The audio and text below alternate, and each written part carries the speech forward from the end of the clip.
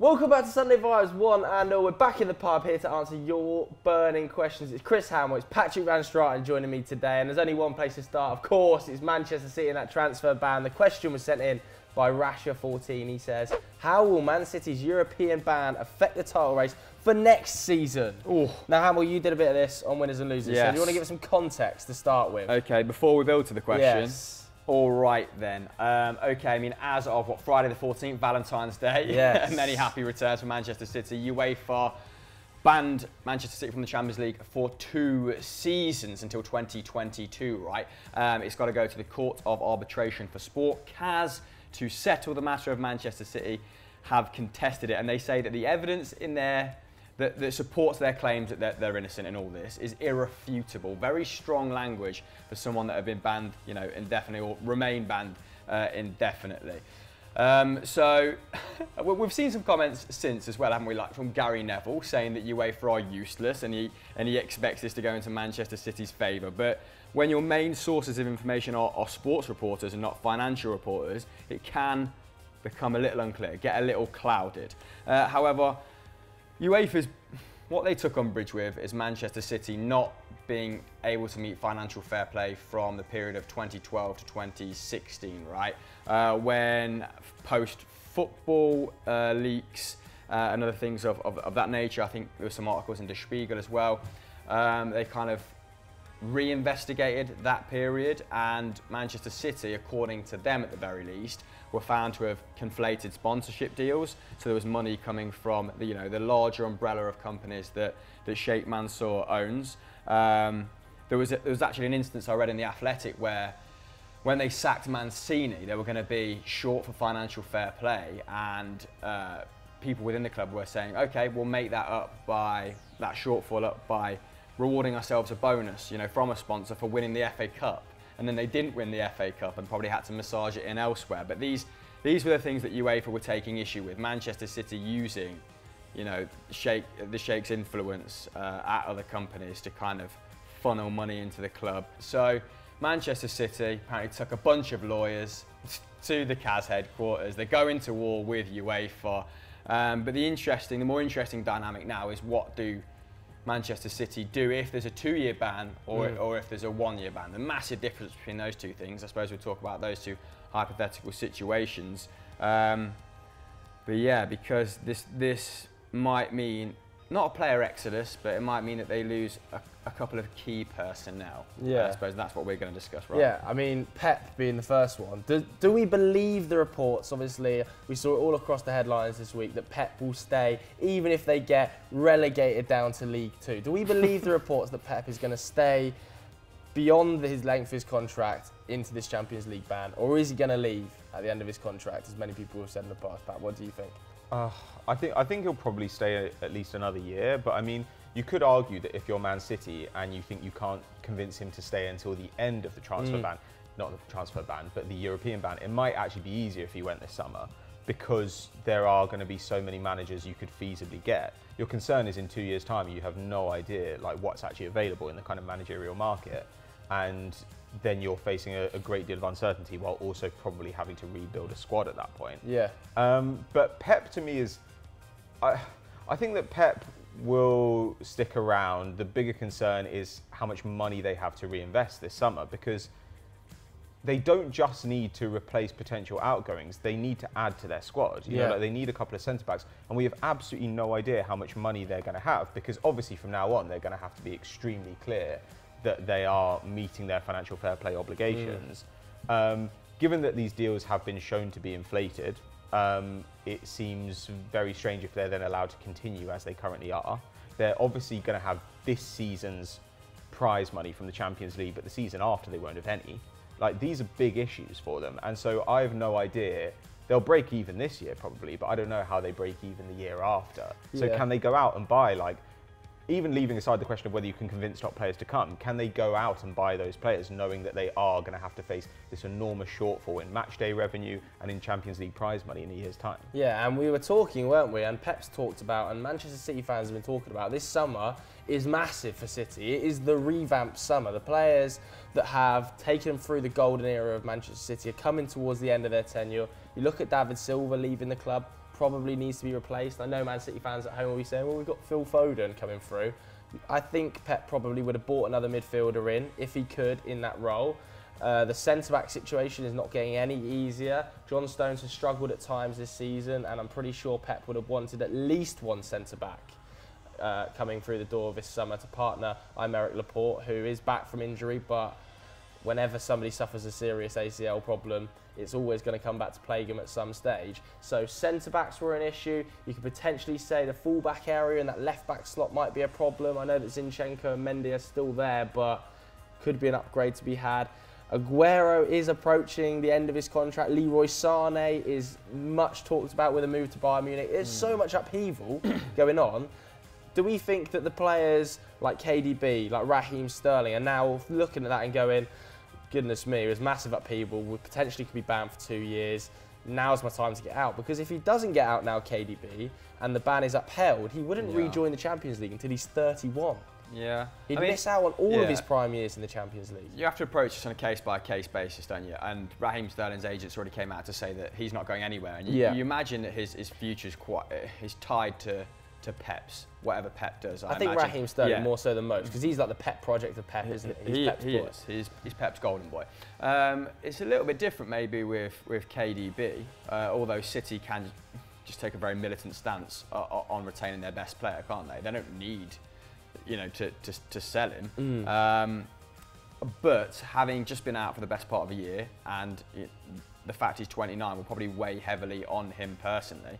And also, we have the World Cup coming up in 2022. Players will want to be performing on the highest stage in order to make their squads. And at 31, is he guaranteed a place in Belgium's squad? Maybe if he's still performing at the same level domestically, but he'll want to, do that emphatically, won't he? He'll want to be the fulcrum of that side still, and that might entail playing Champions League football. It's going to be hard to get him out though. KDB is a hard player to shift. Only Real Madrid have the pulling power to get KDB out of there, I think. Yeah, and would they part with 150 million pounds for him, given the outlay on players in the last 2 or 3 years? Well, I mean, Madrid might look at this and think, potentially, if I was Madrid, I'd be looking at this and going, well, I could get Pogba for 100 to 150.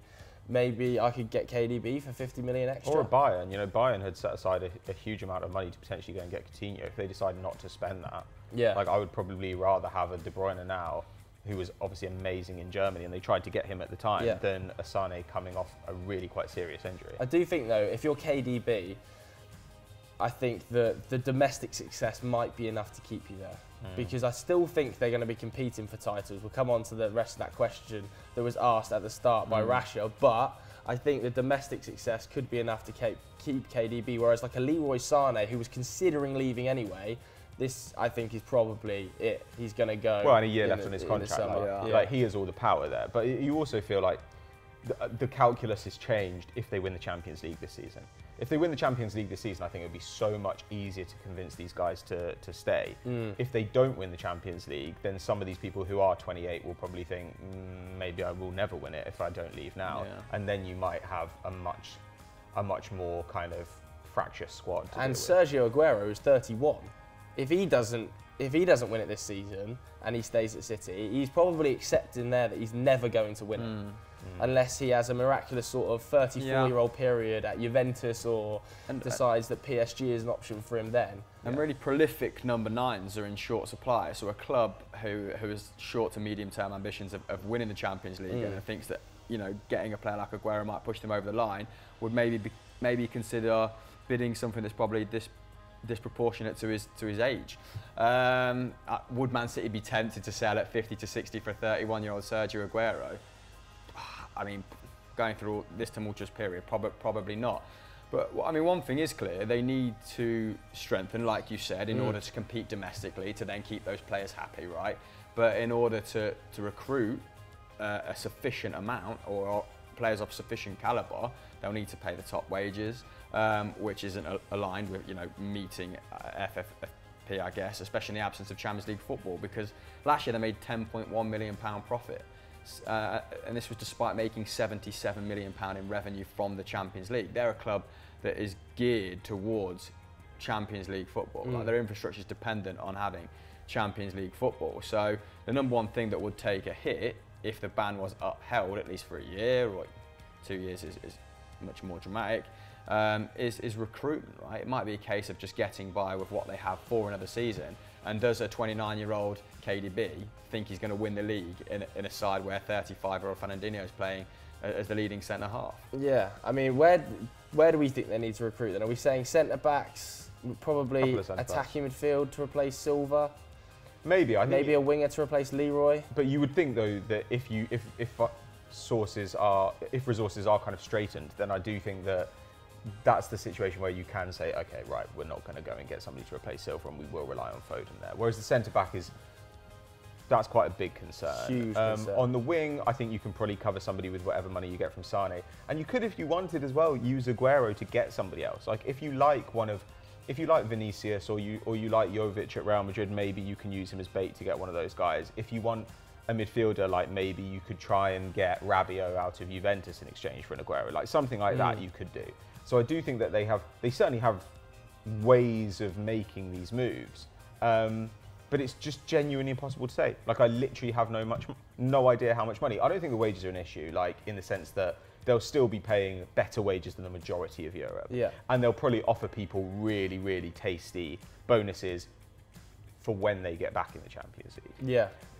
But the question is, like, I don't know. I think that players are actually not always as concerned about the Champions League as the press makes them out to be. Like, oh, they're desperate to play Champions League footballs. We see players go to teams that aren't in the Champions League all the time.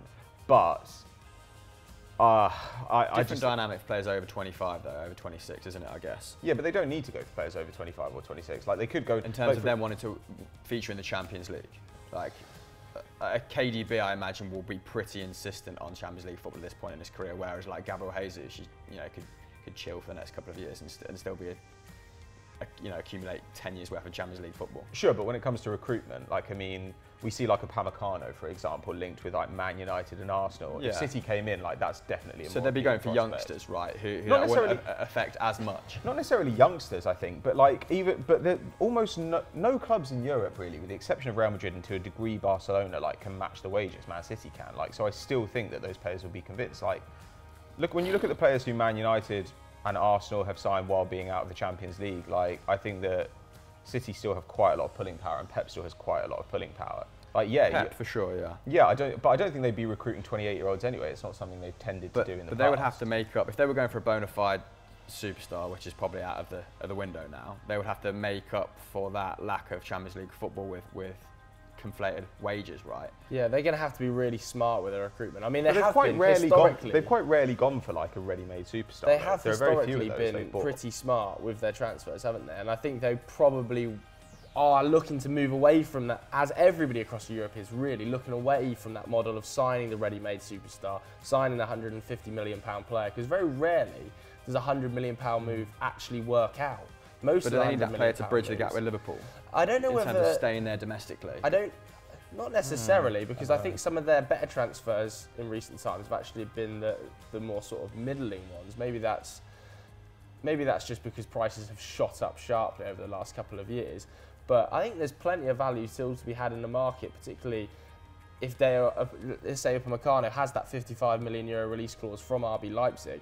That is good value in the market, I would say, for a player that probably would join Man City with or without Champions League football, just for the chance to play with Pep, and with the belief that in 2 years I will be playing Champions League football. Because even with this ban, I think we all agree Man City are going to finish top 4. Yeah, I mean, in my head I'm like spinning a few things, because we talk about them needing a massive summer to stay there domestically with Liverpool, and staying there domestically with Liverpool might placate some of their bigger players, right? But then we're talking about signing, Savia, making Savia signings that aren't necessarily going to keep them in the hunt for first place in the Premier League. But I think signing Savia doesn't necessarily mean worse.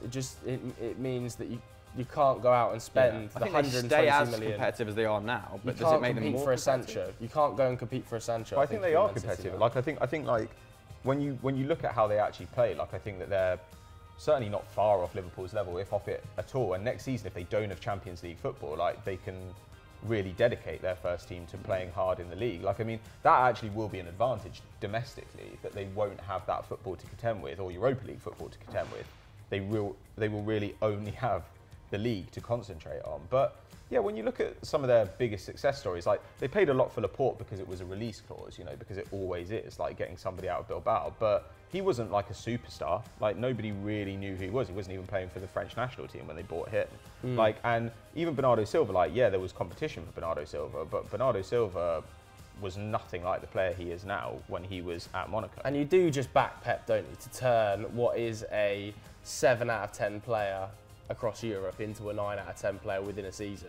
I just, every player that Pep gets his hands on, he improves. So I don't think the transfers in will necessarily be a problem. Yeah. I just think losing key players is going to become an issue for Man City. I just think, and these moves aren't going to happen in isolation from other big sides and their approach. I feel like there's going to be a little bit of a reaction like there was post 15-16 where Leicester won the league in terms of bigger clubs sort of sorting house a little bit more emphatically than they have before. Like we see, like Chelsea moving for Ziyech already. Chelsea reportedly interested for Jayden Sancho. Manchester United will probably make a bid for Jayden Sancho. Like those, I just think when that's happening simultaneously with City looking for better value in the market, then it probably becomes a little bit more problematic in terms of so it could placating your big names. It could drag them into that chasing it's factor. So hard do we think it's just going to Liverpool are just going to run away with the league now? Because I mean, but they can for the next years and years and years because they're so dominant this year. Yeah, but you wouldn't expect them to be this dominant again. Like, I mean... But why not? If Man City are going to struggle to recruit, and where do you see 25 points being? But I don't see Liverpool, like, repeating this. Like, I mean, Liverpool can improve, but, like, you look at them this season and, like, you can point to plenty of games that they should have drawn or lost. Like, for sure, they're still going to need to go up. Yeah. Like, City is still going to need to go up, and Liverpool will naturally come down from such an insane performance. But even if they were 15 points worse, and they were 10 points clear, and it was slightly more close, I'm not sure Man City are going to be able to repeat even this season, next season, if they were to lose some of these players. But this season they've been quite unlucky, so you could argue that like if they weren't unlucky next season, they'd be better off than they are. Liverpool come down a bit, then City still need to strengthen a bit, but it's not like an unbridgeable gap. Yeah. Like plus, you know, Liverpool get a significant injury, for example, and like suddenly again, like you're kind of looking at a different equation. Like they definitely need to go and strengthen, but I really don't think that we'll have any idea like what they can actually do in the market. Yeah, that is going to be tough. I mean, Liverpool have been like heavily linked with some very good players as well recently, though. And if it comes down to Champions League football, potentially might be a decision. If I was, let's say, Timo Werner, and they're both on the table, Manchester City and Liverpool, and Manchester City did have the 2-year ban, I would be joining Liverpool, I think. And not just because of my connection to Jurgen Klopp and the double whammy there. I agree. And the double whammy there. You could lose out on players. Fifth place. If fifth place is now a Champions League spot, then you could effectively lose out on those players to Manchester United as well, because Manchester United not being in the Champions League was the big differential, right? Like if a player was probably choosing to go to Man City or Man United. Well, like Jayden Sancho, I think if they hadn't had this ruling, if this hadn't occurred, they'd be in for Jayden Sancho more than likely, maybe as a replacement for Sane. And like rumour has it, he was quite keen to return to the club. But it's going to be a really difficult summer. I think the biggest issue for Man City will just end up being recruitment, and we don't know the financial situation of how it's going to impact them. But certainly, when they're trying to compete with other Premier League sides and other European sides for that player, whoever it may be, whether it's Jayden or whether it's a midfielder, I think this does have a huge impact on them. I know that Pep can bring them up so much and can level them up. That's the X factor, though. What, Pep? Yes. He is the X factor, but Pep loses a little bit of X factor without the Champions League. The smart, like those signings you're talking about, there definitely is smart signings to be had, but then they feel like project players. Then it feels like you're telling the rest of the squad, with these players, we'll be competitive again in a couple of years. And what we're saying is with some of the personnel, like Aguero, like KDB, and it's not all of them, I think largely they'll be fine, by the way, that couple of years is going to be, that presents the friction, doesn't it? So it's only in some very outstanding cases. I think for the most part they will be fine, and if Pep stays for 12 months, which he apparently has told everyone he's going to, and the ban is suspended, 2 years is suspended, 12 months of it is suspended, then all of a sudden it's like it's mostly fine. Yeah. Although I do still think that Liverpool, it makes it even more comfortable for Liverpool to win the league next year. Yeah, I mean, it just adds more problems to Manchester well, City. if they add Werner, if they add Sancho, it's crazy, isn't it? But it depends what City do. Like, if City do go out this summer and they are able to recruit the players they want, then like not having Champions League football, I think they'll kind of be okay. I think it would still be quite a tight race. Okay, so we still think it's going to be those two battling the title race next season. We don't see a Chelsea or anybody like that. Chelsea are the only team you could imagine pushing up there, because you look at Chelsea and you think, yeah, a couple of key additions, but even still, like the gap in their output, and also like in the quality of coach. Like Lampard's done a decent job this season, but I mean, Klopp and Guardiola are a long way ahead. Yeah, so there we have it. That was our sort of analysis of how Manchester City's ban in Europe is going to affect the title race for next season. But what do you guys at home think? Is that European ban going to affect Pep Guardiola? Let us know your thoughts in the comments below. Moving on then to quick fire questions. Plenty of them sent in this week. If you want to get your question answered next week, all you got to do is submit it on Twitter. We usually send out the tweet on a Tuesday or a Wednesday for the following week, so stay tuned. The first one was sent in by BVB09_Julian. Who should replace Jayden Sancho if he were to leave Dortmund? People are already writing him off. He's gone in everybody's eyes. Do we think he's gone from Dortmund this summer? It looks that way. It does look that way. But again, like the Man City thing, like that does reduce the number of buyers for him. Like, and Real Madrid are pretty stocked in those areas. Like suddenly you do only have, say, 2 or 3 really high quality buyers. Like, does he go to Man United rather than just staying in Dortmund? I don't know. I don't really see the appeal personally. Chelsea, I think, is a very, very good option for him. Maybe. And I also think if PSG sell Mbappe, they'll be quite. But if United finish 5th and get that Champions League football, they can offer Jayden Sancho the wages that no one else can, probably. Yeah, I would agree. PSG good. So who do we think? If let's say he does and also leave, this is assuming that 5th place gets Champions League. Well, we haven't actually had that confirmed. Yeah, by anyone. Let's say he does leave though. €120 million move to Chelsea. It's done and dusted. Frank's got his man. How did Dortmund reinvest 120 million to replace what is incredible output? 31 goal involvements already this season, and we're in February. I think they'll probably be looking to replace.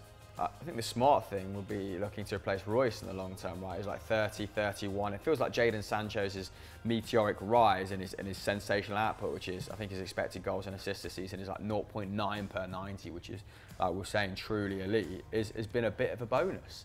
Like, maybe they're expecting this sort of form from him this season, but obviously this is his 3rd season now, very, very good output. So yeah, they might be looking to get more out of Torgan Hazard, a bit more out of Julian Brandt, who are kind of big summer acquisitions, and then look to replace a talismanic player in Royce, who, you know, with someone that probably plays a little bit more centrally. Like, you just have to, with Jayden Sancho, what do you just go to the Eredivisie and take a punt on someone with great numbers?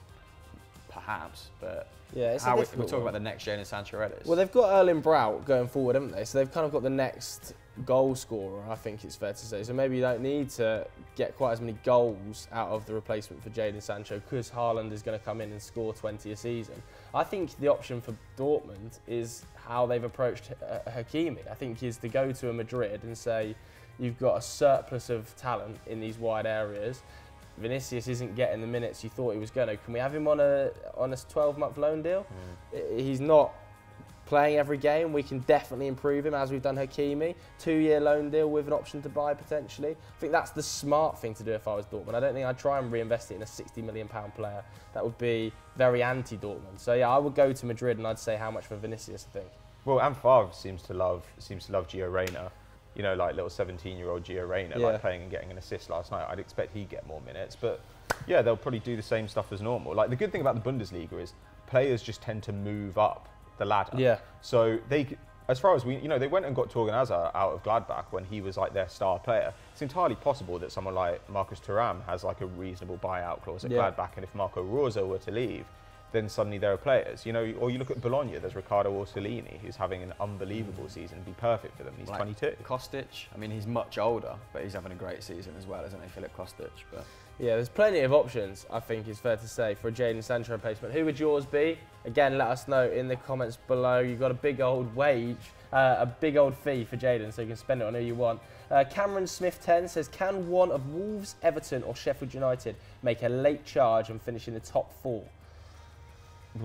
If you look at strength of schedule, there's a website called Footy Labs which ranks strength of schedule. Then Man United and Wolves have the easiest end to the season of any Premier League club. Okay. Whereas Everton and Sheffield United are quite low down. Like Everton have got a really tough run now where they play a lot of the bigger teams. But if they get a couple of results there, then suddenly their probability goes up. So I'd say Wolves are probably in the best position here based on that. But I don't know, it's such a crapshoot now because like Spurs before I'd have been quite confident about Spurs, but obviously with Son getting injured, we have no idea whether there's going to be enough shots in their front line. So I don't know. Out of those, I guess I would say Wolves, though I think Everton are probably better. Yeah. I just think that Wolves have got the combination of a good squad and a good running. Yeah, well, I think Andre Gomez is back this weekend. That's a massive boost for Carlo Ancelotti. I think has taken the second most points in the league since he took over behind Jurgen Klopp. So I think Everton actually stand a realistic outside shout. Sheffield United, at every stage we've said no. And they keep impressing, don't they? So I wouldn't write them out, but I still think it's going to be the top four as it stands now. I still think it's going to be Chelsea, Leicester, City and Liverpool. But with that fifth spot open, one of these boys could get into it. Because Manchester United might have an easier schedule on paper, but are better in the harder games, fall apart against the small teams. So I'm predicting that Wolves are going to finish fifth. Really? I think the Son injury is going to kill Tottenham off. I think it'd be United or Spurs. I think having to play Moura and Bergwijn as maybe a front two, or Lamella included in a front three, or three at the back and Sessegnon as a wing back or something like that, is really, really going to put some respect on Skip's name, mate. Well, I watched them against Villa, and I just thought that Son, I mean, Engels had a nightmare, but Son got them out of holes, didn't he? And he has continued to get them out of holes with Kane's injury. And I watched Mourinho's press conference yesterday. He wasn't expecting him back at all this season. I think they'll push. I think he will be back this season. I think that's classic Mourinho, where he says an injury will be longer than it is. But I think they'll probably end up pushing Ali forwards and playing Lo Celso in the hole. Yeah, like because they're reasonably well stocked in midfield. The only question is whether they get enough shots, given that Dele doesn't take a bunch of shots. Lucas doesn't take a lot of shots. You've got to rely on Lo Celso and Bergwijn carrying quite a lot of heavy load there. Yeah, Chelsea have a massive few weeks. I think they've got Spurs, City, Liverpool, Bayern twice. So they've got a massive few weeks coming up. And Lampard needs to find some form in the harder games, because his record in the big games is not that impressive. Hamill, do you think any of these boys? What are you saying? Wolves in there? Sheffield United, late charge for fourth? Make a late charge and finish in the top four.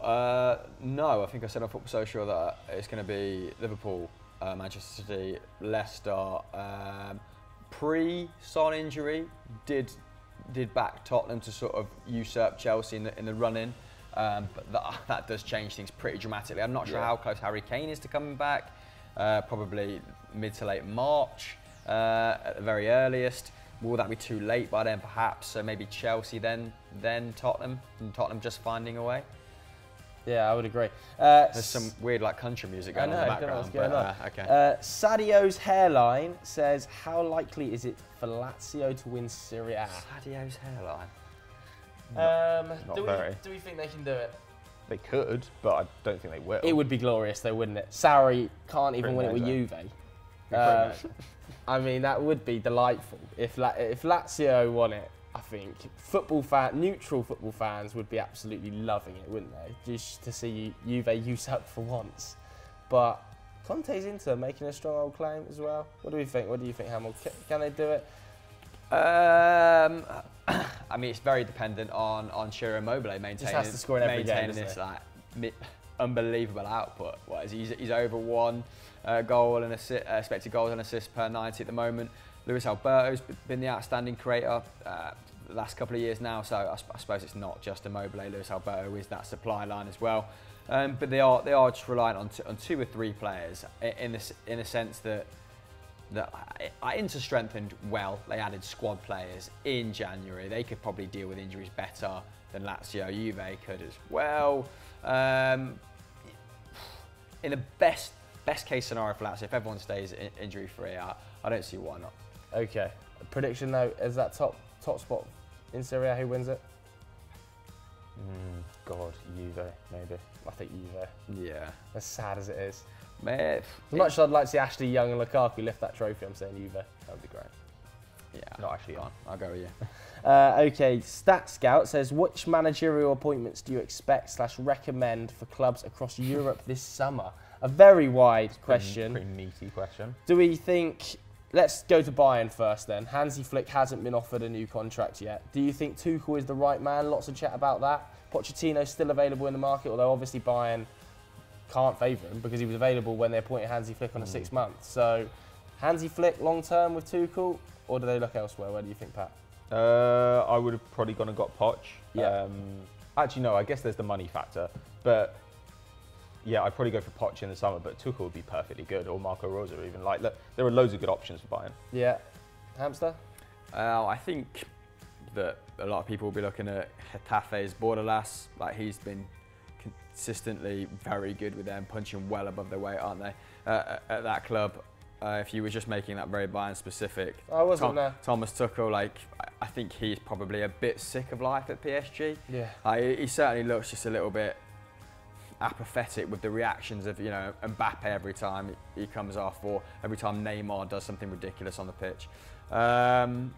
So yeah, I think Thomas Tuchel probably goes hand in hand with them wanting to play better style of football. Yeah, I think just to come back to Madrid areas anyway, talking about Atletico this time, I think Simeone, this could be the summer that sees the end of Simeone. It feels to me like this is a little bit, not to the extent that Klopp had it at Dortmund, but this is that one season of a real dip, particularly domestically, where I understand that he's on a huge contract and it's going to be incredibly difficult to get him out. Was he the highest paid manager in world football by about £15 million? I think he's on about 40 million euros a season, which is huge fees, and it's going to be really hard to get him out. But if I was Simeone, I think potentially this is as far as I've taken this project.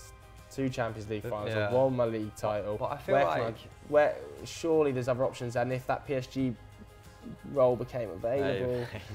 What? I imagine him going to the club and Mbappe, Neymar, Di Maria, Sarabia. But just solidifying that back line and then saying to the forward line, you go and do what you want to do like usual, and we're just going to... I think it's because we have quite a short memory when it comes to Atletico Madrid. Like, it was only 10, 15 years ago they were languishing around the bottom of the table, they were in the 2nd division. Like, I think as long as he's securing top 4, I think probably the powers that be at Atletico. Oh, he's never going to get sacked. Absolutely delighted. He's never going to get sacked. I just think for himself, potentially, we think about moving. But our definition, maybe from the outside looking in, of what is a lacklustre season for Atletico Madrid, I imagine, like I said, the board are pretty happy with that. Yeah, but it's still close. He could easily miss out on Champions League football this season. Only 3 points off 7. But the risk with this season was spending as much money as he did, right? And he's had a couple of misses as well, which might mean that the patience is wearing thin with him. Like João Felix, he's got to, as a defensive coach, make good on João Felix being an attacking force, and Diego Costa costs 60 mil as well. Alvaro Morata, 50 mil. That's a lot of talent. Well, that's not being talent. Any other positions that we think could be available? Quique Setien, pretty set at Barcelona. I know he's only been in there for a few months, but it's been a bit of a bumpy. I don't know. I haven't watched him since, to be honest. PSG could be available. I think if Tuchel leaves, they're going to go all in for Poch in the summer. I mean, it makes sense. Obviously used to play for PSG as well, didn't he? So he's got that prior connection there. And then Manchester United could have a job opening if Ole Gunnar Solskjaer misses out on the Champions League, I think. Allegri still available? Allegri's still available, but again, like Bayern had an opening when Allegri was available and didn't opt to go for him. So I don't know what's going on with Allegri. Maybe he just wants some time out. Maybe he just wanted 6 months away from the game. A lot of managers do, don't they? CFC Ziyech, who has changed his Twitter handle very quickly, said thoughts on Ziyech to Chelsea. Great signing, isn't it, for 30 mil? Is it that? 33, I think. 33 million pounds, yeah. Rising to 37, something like that. I'm not sure what the rising is, but I saw the initial fee was like 33.8 million pounds. Yeah, it's great. Very good value. Just a sensible move. And I also saw the Athletic saying that Ajax are going to have a fire sale this summer. Onana's going to go, Van der Beek's going to go, Daley Blind is potentially going to leave the club. Tagliafico is going to go, Mazraoui. Obviously, Ziyech's already gone. Poor old Ajax losing the whole bunch of those players that they said, look, give us 1 more season, we're going to try and replicate it. If not, you can all leave. Any of those players you think you would pick up? Maybe as an Arsenal fan? Would you take Daley Blind? I saw him linked tentatively by a few people. in that centre-back region? It depends what the price is. Apparently, he's got quite a low buyout clause, so I don't know. But I probably personally wouldn't go for that because Arsenal have done this several times now, like buy an old centre-back as like a stopgap. No, but if I were looking for like a decent left back, like so for instance, if Man United thought Brandon Williams wasn't ready but wanted to get rid of Luke Shaw, then Tagliafico would be totally fine. Yeah. Van de Beek will almost certainly find a home somewhere. Real Madrid, I think, is the most rumoured club, which would make no sense given they've got 15 attacking mids. Yeah, I don't know. I think that you definitely have a look at pretty much everybody there, but to me, the most exciting guy who of the list that they say might leave the summer would probably be Onana. Yeah. Like if I was having a problem with my goalkeeper, I would be looking really hard at Onana. There's also spectacular. I also saw would be really good David Neres is another one. But his contract lasts longer than the others. His contract lasts till like 2023. But I think he was one of the players that was listed as the players that would be sold. But after a while, did you not feel like the Athletic article just sort of listed all the Ajax players the author knew? True, but equally... He was like Serginho Dest, he could go. Just off the top of my head... He's about 12, isn't he? David Neres to Dortmund as a Sancho replacement. He's a very different player. You're losing a lot of creativity in Sancho, and Neres isn't that guy. I would be looking if I was an Everton or a Wolves or the clubs you mentioned before about bridging that gap or seeing this summer as an opportunity. If the big boys don't respond in full, seeing it as an opportunity to join the Premier League elite or at least challenge them, I would maybe be looking at these players. If I was an Everton, if I was, like I said, if I was a Wolves, and you see that the Ajax are having a fire sale, then you're like, you know what, that's probably worth the gamble. You know, especially if they get in the Champions League. Yeah, so maybe like Tagliafico, Neres. You know, if you're Carlo Ancelotti, you can probably convince them that Everton is a project, you know, above Ajax now at least. Probably not, you know, obviously not 12 months ago, but yeah. Okay, there we have it. Right, let's finish with one personal question then from Jayden 0903. What's the best ice cream? Oh wow, this is pretty easy for me. Mint chocolate chip. Oh, that's rank. How on earth can you say mint chocolate chip's rank? Mint is not good, bro. You've lost your rank. Mint is terrible. Mint chocolate chip rank? It's awful. That's one of your worst opinions. Mint and chocolate are disgusting together. You idiot. You don't like After Eights? After Eights are the best version. After Eights are still kind of gross. What? Like, mint is just like, it's like eating chocolate after brushing your teeth. Mint chocolate. No, how on earth can you say it? Go on then, what are you going to say? Vanilla? No. What are you going to say then? No, the most vanilla man in the world. What are you going to say? Favourite meal, spaghetti. Actually, no, to be fair, it's your girlfriend's spaghetti, which is quite sweet. But I don't know, is this like a general flavour or like one from a particular place? You know? A flavour. I don't want to hear some Italian delicacy that you once experienced in Rome. I want to hear when you go Sainsbury's, what are you picking up? Oh, God. Pistachio. You strike me as a pistachio, man. That's the worst ice cream. Pistachio's not great. That's definitely the worst ice cream, pistachio. Also, fruit ice creams, like fruit sorbets are amazing, but fruit ice creams are kind of weird. Yeah, but I'm not wild. Not the strawberry ice cream. Not the biggest fan of a strawberry. It's like shit. I don't get the point of it. Tasty. I like strawberry cheesecake Haagen-Dazs. It's absolutely unbelievable. It's like £6.50, but it's really good. It's so expensive, isn't it? Yeah, only Ben and Jerry's in there. Ben and Jerry's Jerry's is a bit expensive. But I do like a cookie dough. That's good. Yeah, cookie dough is good actually. Anything like nutty, like pralines, like when you've got like something crunchy in the soft ice cream, that's always great. The ice cream fridge is right near the door in Brixton Sainsbury's. So, yeah, it is. Do you remember that? In and out. I'm just thinking when I was a kid, my favourite one was that one that was like shaped like a Dalek and had lots of little balls in it. I know. Lots of little circles. Yeah. Oh, the Solero shots. I don't know whether it's the Solero shot. They were unreal. It was like the one before that. Like, bring them back. They were so good. And you had a little flip thing like a bin and you poured it. Do you remember the pervy ones that were shaped like feet? What was going on with that? Oh yeah. Why was that a thing? So what did you get from the ice cream man? Feast generally. Okay. Ooh. Feast. I like the three different types of chocolate. 2 layers of chocolate, right? Yeah, you got a crunchy outer shell, then a soft chocolate, and then a hard bit of chocolate in the middle. That's a fantastic ice cream. Fantastic ice cream. I'd go for a screwball. Because it's like just more ice cream, you know, yeah. Because you have a plastic cone instead of a normal cone. The bubble gum at the bottom is never good though. Yeah, it's always frozen. You used to eat it as well. It's probably why my stomach's fucked. Yeah, it's never great. Because it gets so cold, it would crack, and then it'd be all bitty in your mouth. Yeah. And our ice cream man, Frank, was apparently a pervert. So apparently on some sort of register. Shocking. So that's kind of ruined ice cream men for me, to be perfectly honest. So there we have it. That's the end of this really week's Sunday my trust, Vibes. for everybody at home. If you have got a question, like I said earlier, submit it to us on Twitter during the week, or just put it in the comments right now and we'll go through them, probably, maybe. Is there anything to plug for this weekend, Hamill?